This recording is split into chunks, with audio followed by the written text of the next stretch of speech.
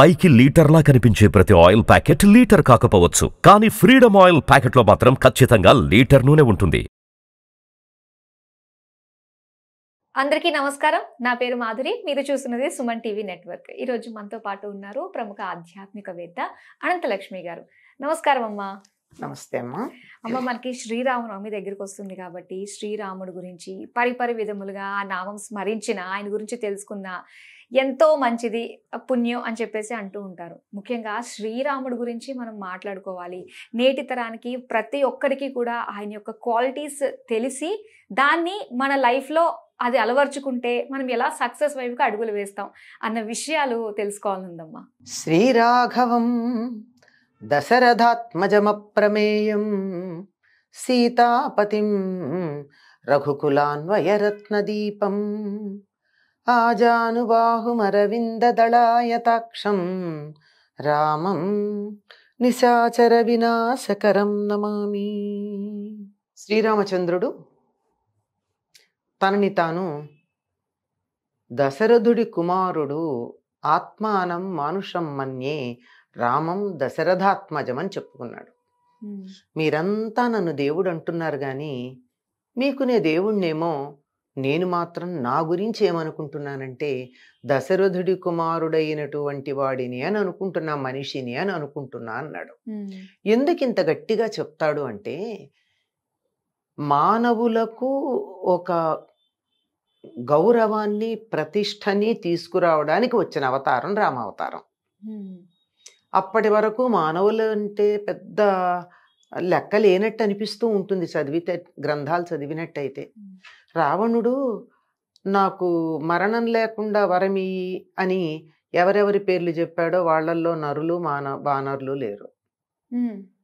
అంటే దేవతలు, యక్షులు, గరుడులు, రాక్షసులు, కిన్నరులు, కింపురుషులు, ఇలా అందరి పేర్లు చెప్పుకొచ్చాడు. పర్వాలేదులే మనుషులును కోతులు అన్నాడు. అంటే మనుషులు, కోతులు అంత పెద్ద పట్టించుకోనక్కర్లేని వాళ్ళుగా పరిగణించబడిన సందర్భంలో మనిషికి ఒక గౌరవం ఆపాదించటానికి వచ్చినటువంటి అవతారం రామావతారం.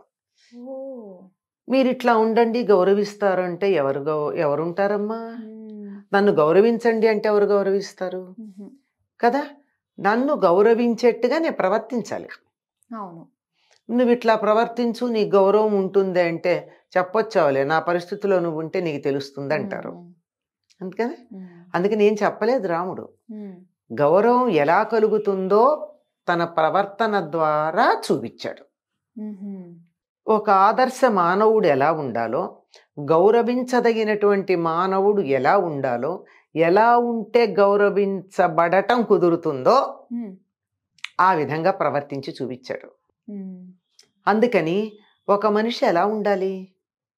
ఎలా ఉండాలంటే చిన్నప్పుడు మంచి కొడుకుగా ఉండాలి, అమ్మాయి అయితే కూతురుగా, చదువుకుంటే మంచి శిష్యుడుగా, చదువుకునే సమయంలో మంచి విద్యార్థిగా, అన్నదమ్ములు అక్క చెల్లెళ్లతో మంచి సోదరుడు లేక సోదరిగా, వివాహమైతే మంచి జీవిత భాగస్వామిగా, మిత్రులతో మంచి మిత్రుడుగా, శత్రువులతో ఆదర్శప్రాయుడైనటువంటి శత్రువుగా, తన ఉద్యోగ ధర్మాలు నిర్వర్తించేటప్పుడు ఉత్తముడైనటువంటి అధికారిగా, ఆ రోజులైతే రాజు, తన కింద వాళ్ళతో ప్రవర్తించేటప్పుడు ఆదర్శప్రాయుడైనటువంటి అధికారి, పెద్దలతో ప్రవర్తించేటప్పుడు ఆదర్శప్రాయుడైనటువంటి ఉద్యోగి.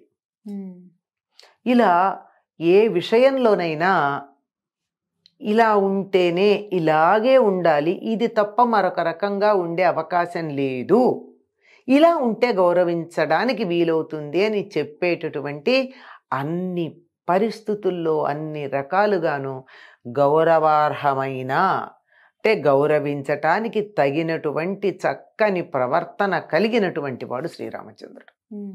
అందుకే మనకి ఎప్పుడన్నా నేను ధర్మ మార్గంలో ఉండాలి కానీ ప్రస్తుత పరిస్థితుల్లో ఏం చేయాలో అర్థం కావట్లేదు అని సందేహం వస్తే, ఈ పరిస్థితుల్లో రాముడు ఏం చేసేవాడని ఒక్కసారి ఊహించుకుంటే చాలు మనకి మంచి పరిష్కారం దొరుకుతుంది. అంతటి చక్కనైనటువంటి ప్రవర్తన కలిగిన వాడు కనుక రాముణ్ణి మనం ఆదర్శంగా గనక తీసుకున్నట్టయితే కొడుకుగా మనకి మంచి పేరు వస్తుంది, ఉద్యోగిగా, భార్యగా, లేక భర్తగా, తండ్రిగా, పెద తండ్రిగా, ఇలా సమాజంలో ఇతరులతో మనం కలిసి ప్రవర్తించే సందర్భంలో ఎటువంటి సంబంధాలు ఉంటాయో అన్నింటిలోనూ ఉత్తమంగా ఉండేటట్టుగా ఉంటుంది. మరి అలా ఉన్నట్టయితే అందరి చేత కీర్తించబడతారు కదా. ఉదాహరణకి ఇప్పుడంటే రాజకీయాలు గురించి మనం పెద్దగా మాట్లాడకూడదు, కానీ ఒకప్పుడు వేరే వేరే పార్టీల్లో ఉన్నవాళ్ళు కూడా చెప్తూ ఉండేవారు, మాకు వ్యక్తిగతమైనటువంటి అభిప్రాయ భేదాలు లేవు, సిద్ధాంతపరమైన భేదం తప్ప అని. అంచేత చర్చించుకునేటప్పుడు సిద్ధాంతాల గురించి చర్చించుకునేవారు, చర్చ పూర్తయ్యాక స్నేహంగా ఉండేవారు, ఒకళ్ళనొకళ్ళు తీవ్రంగా విమర్శించుకునేవారు సిద్ధాంతపరంగా. అది ఆదర్శప్రాయమైన శత్రుత్వం అంటే. ఏ విషయంలో మనం ఎదుటి వాళ్లతో మనకి నచ్చలేదో ఆ విషయంతో తీవ్రంగా అంటాం. వ్యక్తితో మనకేం సంబంధం లేదు, వ్యక్తితో మన ఇద్దరం స్నేహితులమే, కానీ నీ అభిప్రాయం నాకు నచ్చలా, నేను చెప్తాను, నీ దాంట్లో ఈ దోషం ఉంది అని నీకు ఖచ్చితంగా చెప్తా. నువ్వేమో నాది సరైనటువంటి పద్ధతి అని చెప్తావు, నువ్వు చెప్తే ఇద్దరం తీవ్రంగా వాదించుకుంటాం. సిద్ధాంతానికి సంబంధించి వ్యక్తిగతంగా నీ మీద నాకు కానీ నా మీద నీకు కానీ శత్రుత్వం ఉండదు. ఇటువంటి మంచి వ్యక్తిత్వాన్ని కలిగి ఉండాలి అంటే రాముడి యొక్క ప్రవర్తనని మనం తెలుసుకోవాలి. దాన్నే రామాయణము అన్నారు. అయనము అంటే నడత లేక నడక. రాముడు ఎలా ప్రవర్తించాడు, ఎలా నడుచుకున్నాడు, ఎలా వెళ్ళాడు అన్నది తెలుసుకుంటే మనం కూడా ఆ విధంగా వెళ్ళడానికి ఉంటుంది. అది ఆదర్శప్రాయం అని చెప్పడానికి మనకి ప్రారంభంలోనే ఉంది. రామాయణ ప్రారంభం ఎలా మొదలవుతుందంటే తపస్వాధ్యాయ నిరతాం తపస్వీ వాగ్విదాంబరం నారదం పరిపప్రచ్ఛ వాల్మీకిర్ముని పుంగవం. ఇది మొట్టమొదటి శ్లోకం సంస్కృత వాల్మీకి రామాయణంలో. వాల్మీకి మహర్షి నారదుణ్ణి ప్రశ్నించాడు. అక్కడ మొదలు పరిప్రశ్న చేశాడు. పరిప్రశ్న అంటే తెలుసుకోవాలనేటటువంటి ఇష్టంతో ప్రశ్నించటం. మనం కొన్ని చాలా క్యాజువల్గా ప్రశ్నలు వేస్తాం, ఎట్లా ఉన్నారు అంటాం, వాళ్ళు ఇచ్చే సమాధానం కూడా వినం. అవునా కదా, వినం. మీ అబ్బాయి పరీక్షకి వెళ్ళాట, ఏమైంది, ఆవిడ వాళ్ళ చెప్పబోతూ ఉంటారు వాళ్ళు, ఆ రోజు ఇట్లా అయిందని. మనం ఈ లోపల ఇంకోటి హాయ్ అని పలకరిస్తాం. అంటే ప్రశ్న వెయ్యాలని వేసాం తప్ప సమాధానం మీద ఇష్టం ఉండి కాదు. అడిగి నువ్వు చెప్పింది నేను 100కి 100 పాళ్ళు వింటా, వీలైతే ఆచరిస్తా అనే శ్రద్ధతో చెప్పినటువంటి దాని పరిప్రశ్న. అలా ప్రశ్నించి ఏమడుగుతాడంటే గుణవాన్ కశ్చ వీర్యవాన్ మొదలు పెడతాడు. ధర్మజ్ఞశ్చ కృతజ్ఞశ్చ సత్యవాక్యో దృఢవ్రత అని 16 గుణాలు చెప్తాడు. ఈ 16 గుణాలు ఉన్నవాడు ఇప్పుడు లోకంలో ఎవరైనా ఉన్నారా? ఇప్పుడు సమకాలికంగా అంటే నారదుడు అంటాడు 14 లోకాల్లోనూ వెతికిన ఇందులో ఒక్క గుణం పూర్తిగా ఉన్నవాడు కూడా దొరకడం కష్టమయ్యా, ఎక్కడో అక్కడ కొంచెం తేడా ఉంటుంది. కానీ నువ్వు ప్రశ్న అడిగావే, నువ్వు అడిగినటువంటి ప్రశ్నలో ఉన్న 16 లక్షణాలు పరిపూర్ణంగా ఉన్నవాడు ఒకడున్నాడు. ఇక్కడే ఉన్నాడు, భూలోకంలో ఉన్నాడు. నేను చెప్పట్లేదా మాట, ప్రజలందరూ అనుకుంటున్నారు, ప్రజలంతా అనుకుంటున్నారని చెప్పాడు. అంటే నారదుడు కూడా తన అభిప్రాయంగా కాక ఈయనేమడుగుతాడు, ముల్లోకాలు ఇన్ని లోకాలు తిరుగుతూ ఉంటావు కదా, ఎక్కడన్నా కనపడ్డాడా అని అడిగితే నేను ప్రజలు అనుకుంటుంటే అభిప్రాయ సేకరణ చేశానయ్యా, ప్రజాభిప్రాయ సేకరణ ద్వారా నేను చెప్తున్నాను ఇట్లా ఉన్నారు అని చెప్తూ ఈ రాముడి గురించి ఇంకా చాలా విశేషాలు చెప్పి రామకథ అంతా చెప్పుకొస్తాడు. అంటే ఏమిటి? ఆదర్శప్రాయమైన మంచి లక్షణాలు, గుణవంతుడు అంటే మంచి గుణాలు కలిగినవాడు, ధర్మం తెలిసినవాడు, కృతజ్ఞుడు, చేసిన మేలు మరవనటువంటి వాడు, ఇలాంటి లక్షణాలు వరుసగా చెప్పుకొస్తాడు. సత్యవాక్యం, అబద్ధం చెప్పనివాడు, నిజమే చెప్పేటటువంటి వాడు, పట్టిన పట్టు వదలకుండా ఏదైనా ఒక నియమం పెట్టుకుంటే దాన్ని కొనసాగించే లక్షణం కలిగినటువంటి వాడు, ఎవరికి కోపం వస్తే దేవతలు కూడా భయపడతారో అటువంటి వాడు, అనసూయక ఇతరులను చూసి వాళ్లల్లో దోషాలు అనడం లక్షణంగా పెట్టుకున్నవాడు కాదు. సర్వభూత హితేరత, సర్వభూతాలకి సర్వప్రాణులకి మేలు చేయించటంలో ఇష్టం కలిగిన వాడు. ఇలా లక్షణాలు చెప్తే ఈ లక్షణాలన్నీ ఎవరికి ఉన్నాయి? ఎవరికన్నా ఒక్కటి కూడా లేవు కానీ ఉమ్. 14 లోకాల్లో ఒక రాముల్లో మాత్రం ఇవన్నీ ఉన్నాయని ప్రజలు అనుకుంటున్నారు, నేనుగా చెప్పిన మాట అని చెప్తాడు అనమాట. కనుక అందరి చేత పొగడబడేటటువంటి లక్షణం, అందరిలోనూ మనం మెప్పుదల పొందాలి అంటే, ఒక మనిషిగా మనం బతకాలి అంటే, నేను మనిషిగా బతికాన్ని ఇతరులు అనడం మాట నుంచి నాకు ఒక తృప్తి కలగాలంటే ఈ లక్షణాలు పెంపొందించుకోవాలి అని మనకి మొదటి శ్లోకం ద్వారా అర్థమవుతూ ఉంటుంది రామాయణంలో. కానీ అప్పుడు త్రేతాయుగంలో ధర్మం కూడా మొత్తం 4 కాళ్ళ మీద నడిచేది అని చెప్పేసి అంటూ ఉండేవారు. ఆ తర్వాత ఏంటంటే చివరి కలియుగం వచ్చేసరికి ధర్మం ఒక్క కాళ్ళ మీద నడుస్తుంది. అంటే ఆ ధర్మంలో కూడా మనకి తగ్గట్టుగా, కాలానికి తగ్గట్టుగా కూడా మార్పులు, చిన్న చిన్న సడలింపులు కూడా ఉన్నాయి అని అంటూ ఉంటారు. అది ఆ ధర్మంలో నిజమేనమ్మా. పాదము అంటే నాలుగో వంతు అని అర్థం. అంటే 3 వంతుల ప్రజలు ధర్మ మార్గంలో ఉండి 1 వంతు అధర్మ మార్గంలో ఉండేవారు అప్పుడు. ఇప్పుడు 3 వంతుల ప్రజలు అధర్మంలో ఉండి 1 వంతు మాత్రమే ధర్మ మార్గంలో ఉన్నారు. మనం ఆ 1 వంతులో ఎందుకు ఉండకూడదు? అవును, ఉండొచ్చు కదా. సడలింపులు అంటారా, కాలానుగుణంగా చిన్న చిన్న మార్పులు వస్తాయి. ఎందుకు రావమ్మా? తప్పనిసరిగా వస్తాయి. వేసవి కాలంలో మనం తినే ఆహారానికి ఉండే తీరికి, శీతాకాలంలో ఉండే తీరికి ఆహారానికి తేడా లేదు. కానీ తినేది ఆహారమే కదా.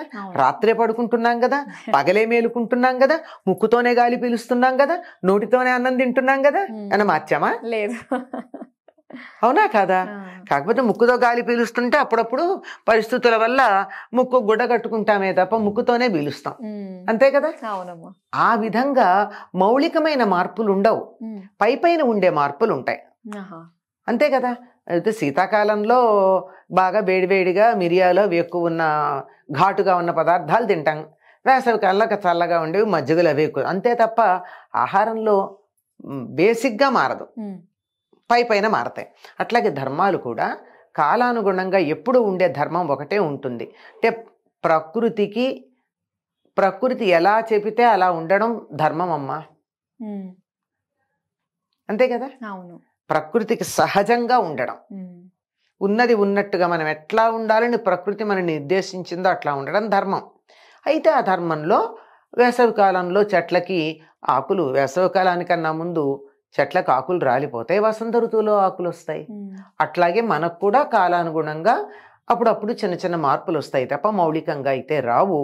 కానీ మనము ఈ 1 వంతులో ఉన్నామా, ఆ 3 వంతుల ధర్మ మార్గంలో ఉన్నామా అని ఎవరికి వాళ్ళు నిర్ణయించుకోవాలి. ఈ యుగంలో కూడా ధర్మ మార్గంలో ఉండేవాళ్ళు ఉన్నారు, ఆ యుగంలో కూడా అధర్మ మార్గాన్ని సంచరించిన వాళ్ళు ఉన్నారు కదా. కనుక ఈ మార్పులు పెద్దగా తేడా ఉండవు. ఆ కాలంలో ద్వాపర యుగంలో 120 ఏళ్ల పైన బతికారు, అంతకన్నా ఎక్కువే. త్రేతాయుగంలో 60,000 సంవత్సరాలు ఆయన బతికాడు దశరథుడు. రాముడు 11,000 సంవత్సరాలు రాజ్యపాలన చేశాడు. ముందు 48 ఏళ్లకు ఎప్పటికో రావణ సంహారం చేసిన తర్వాత. మరి ఈ కాలంలో ఆయుర్దాయం అంత లేదుగా. ఈ కాలానికి వచ్చేప్పటికి మనమంతా 100 ఏళ్లకి సర్దుకుంటే చాలా ఎక్కువ. 60 ఏళ్ల తర్వాత బోనస్ అంటున్నారు, 80 ఏళ్ళు అంటే ఇప్పుడు కొంచెం పెరిగింది, 75-80 ఏళ్ల తర్వాత ఉంటే బోనస్ అంటున్నారు. కానీ నిజానికి మనకి ఇవ్వబడినటువంటి ఆయుర్దాన్ని 120 ఏళ్ళు. ఎటువంటి దురలవాట్లు లేకుండా చక్కగా నియమబద్ధంగా జీవితం గనక గడిపినట్టయితే 120 ఏళ్ళు బతుకుతాం. అంటే ప్రకృతితో మమేకమై గనక మనం బతికినట్లయితే ఖచ్చితంగా 120. ప్రకృతికి అనుగుణంగా అది ఎలా చెప్తే అట్లా. రాత్రిళ్ళే పడుకోండి, నైట్ మేలుకోవాల్సిన పని ఉంది, ఆరోగ్యం పాడు చేసుకోవడం తప్ప. అట్లా ఉంటాయి అన్నమాట. బాగా తెలియజేశారమ్మా. అసలు నిజంగా చాలా మంది ఇలానే వితండవాదం చేస్తూ ఉంటారు. ఆ కాలంలో అయితే చెల్లింది, ఈ కాలంలో అలా ఎవరుంటారు, ఉండడానికి లేదు అని చెప్పేసి. ఎందుకు లేదు? ఎంత నువ్వు ఆ భాగంలో ఉంటావా, ఈ భాగంలో ఉంటావా నిర్ణయించుకో. ఆ 75% మందిలో ఉంటావా, 25% మందిలో ఉంటావా? కానీ ప్రతి మనిషిలో కూడా ఎంత లేదన్నా ఎక్కడో పూర్తిగా సభ్యంగా ఉన్నవాళ్ళు ఉన్నా అప్పుడప్పుడు ఆ 75% కాకపోయినా 1% అన్నా అధర్మం మనసులో తొంగి చూస్తుంది.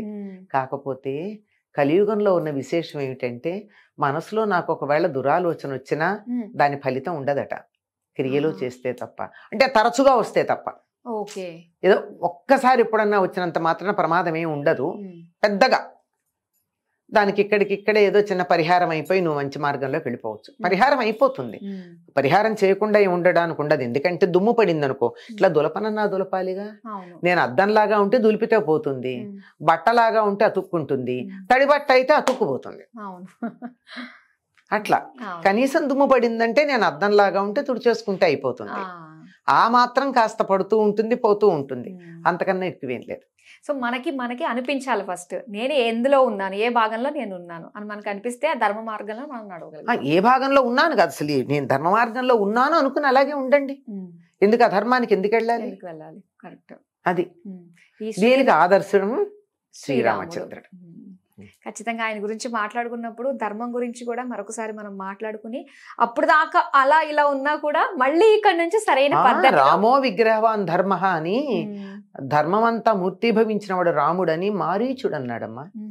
రాక్షసుడు, రాక్షసులే ధర్మమూర్తి అని రాముడిని మెచ్చుకున్నాక మరి రాముడు సరైన వాడు కాదు అనే వాళ్ళని ఏ జాతి వాళ్ళు అనుకోవాలి మనం? అవును. చాలా చక్కగా తెలియజేశారమ్మా. ఇంత చక్కగా మాకు తెలియజేసినందుకు ధన్యవాదాలు. సర్వం శ్రీరామార్పణమస్తు.